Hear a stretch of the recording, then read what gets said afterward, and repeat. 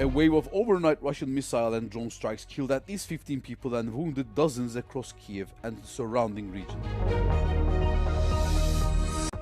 Trump says a deal to reopen the Strait of Hormuz could arrive as early as Wednesday, but warned Iran that it will get hit very hard if it fell through.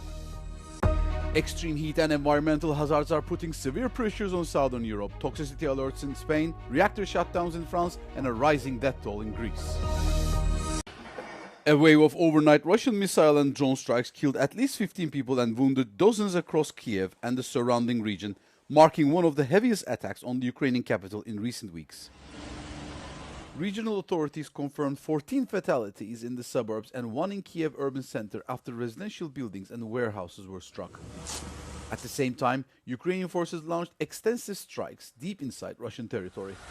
Russian officials reported destroying 107 drones over the Tula region alone, where falling debris sparked fires at facilities belonging to e-commerce firm Wildberries. As air defenses were tested on both sides of the border, UN monitors warned civilian casualties have reached their highest level since the full-scale invasion began in February 2022. In response to the escalating aerial bombardment, Ukrainian President Volodymyr Zelensky pressed US counterpart Donald Trump for licenses to produce Patriot missile interceptors domestically, warning that air defense shortages directly enable further Russian strikes. And they'll live by it. U.S. President Donald Trump said that a deal to reopen the Strait of Hormuz could come as soon as Wednesday, but warned Iran that it would get hit very hard if the talks fell through. Transit of the waterway, a key maritime corridor for global oil and gas shipping, has been a sticking point in the talks and led to renewed fighting despite a ceasefire agreed in April. Iran has tightened its grip on Hormuz and wants to take control of the strait and charge tolls, powers it did not exercise before the war began on 28 February. Trump, speaking to reporters in California, said that negotiators had a, quote, very good day, a change in tone from earlier threats he had directed at the Islamic Republic.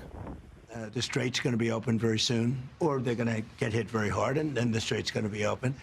And we were going to a tremendous attack, the biggest since World War II.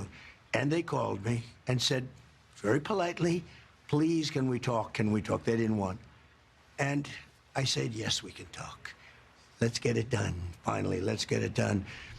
Iran has meanwhile doubled down on its claims that no talks are ongoing with the U.S., even as Trump insisted they were happening. Qatar, which has been mediating the talks between Iran and Oman, said there were no direct talks between Washington and Tehran, but acknowledged that diplomatic efforts are underway. On the ground that are U.S. media reporting on the potential deal said it would include a 60-day safe passage arrangement in the strait between Iran and Oman. Extreme heat and environmental hazards are putting severe pressure on emergency services across southern Europe. In Spain's Zamora province, emergency crews responded to a major fire at the Zaresa waste treatment plant in Roales del Pado. Dispatchers received nearly 40 emergency calls, prompting authorities to issue toxic cloud warnings and close a lane on the A11 motorway. Beyond the industrial emergency in Spain, severe heat across France forced nuclear operator EDF to shut down 3 reactors at the Chaux and Cattenom plants due to low river water levels. Hungary's only nuclear plant is also under strain due to low water levels in the Danube. The environmental crisis deepened further south in Greece, where senior meteorologist Theodor Genaros declared the current wildfire disaster one of the worst in a decade. The fires claimed 5 lives over the past fortnight, with Copernicus data confirming over 12,000 hectares of land burned in a single week. Officials will conduct a comprehensive quantitative assessment once the fire season concludes.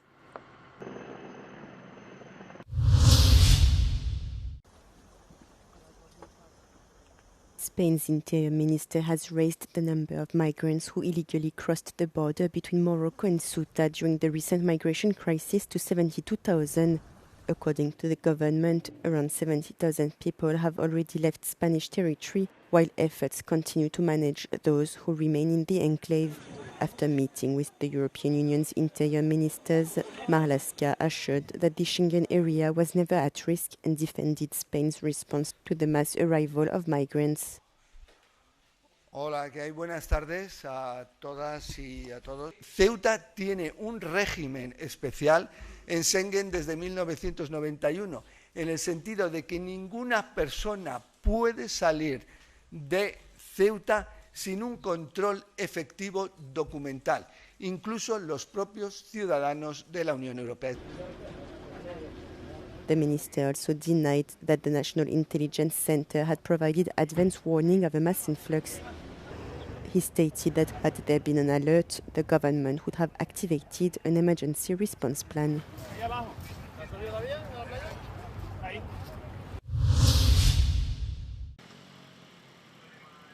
Delegations from Lebanon and Israel began a new round of direct talks in Rome on Tuesday to discuss Israel's phased withdrawal from the country's south and Hezbollah's disarmament. This week's negotiations are the seventh round of Washington-mediated talks since fighting started between Israel and the Lebanese militant group as part of the wider Middle East war with Iran. At negotiations in Washington in June, Israel and Lebanon agreed to a framework deal that involves the disarmament of Hezbollah, a gradual withdrawal of Israeli forces from Lebanon's south, and the deployment of the Lebanese army to the region, starting in test areas known as pilot zones. Hezbollah has not taken part in the talks and has opposed the framework deal. Observers say Israel's commitment to withdraw will also be tested when pilot zones are selected in areas fully under its occupation. Violence in Lebanon has decreased since the Lebanon-Israel deal, but Lebanon continues to report intermittent Israeli strikes and shelling, as well as detonations and demolitions in southern villages.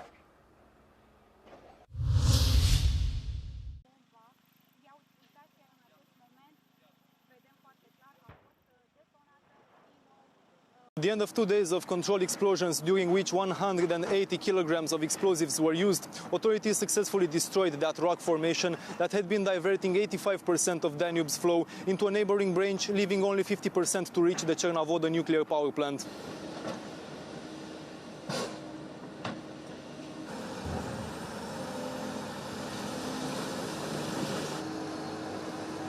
Romania's Ministry of National Defense says that more than 100 military personnel took part in the special operation to demolish the Pârjoaia rock formation. All that remains now is for authorities to load the resulting rock into 2 barges, which will then be deliberately sunk alongside 2 other barges that will arrive already filled with stones.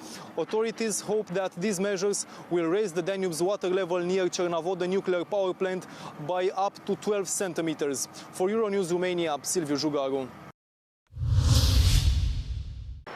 Diplomatic relations between South America's 2 largest economies reached a sharp crisis after Brazil requested Argentina recall its ambassador and downgraded bilateral representation to charge d'affaires level.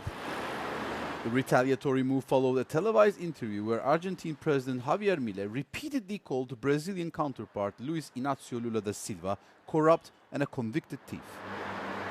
Attempting to contain the escalating rift, presidential spokesperson Adrian Ravier downplayed the dispute with Argentina's largest trading partner, framing the tension as routine political and ideological differences. Javier Milei explicitly endorses Senator Flavio Bolsonaro in the upcoming presidential elections, who also holds support from US President Donald Trump's administration and the Israeli Prime Minister Benjamin Netanyahu. Brasil liberal! 3 lions at the Tokyo Zoo have died from suspected heat stroke and others are under treatment, a spokesperson said on Tuesday, as the big cats struggle with the high humidity in the Japanese capital. One 3-year-old female died on Tuesday, another aged 11 died Friday, and the third, aged 15, died on Sunday. 残念ながらその後3頭のライオンが7月の28日以降に続けて死亡してしまっています。体調不良になったライオンは全部で10頭になったんですが、その後治療のおかげで回復した個体もいます。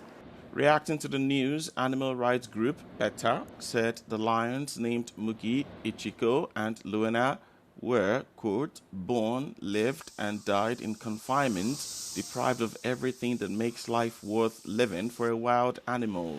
Japan sweltered through its hottest summer on record last year, and parts of the country have hit 40 degrees Celsius in recent weeks, causing thousands of people to get hospitalized. The Tama Zoological Park said the lion enclosure has been closed to the public until further notice.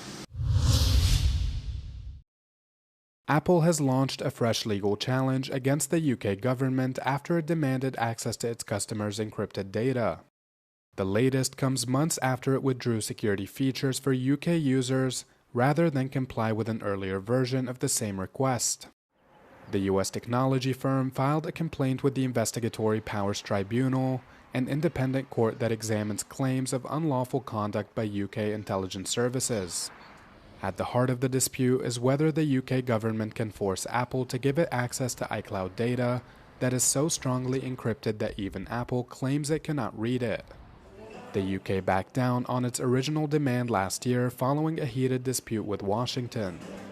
That first order, issued under the Investigatory Powers Act in January 2025, sought access to UK and US customers' data alike.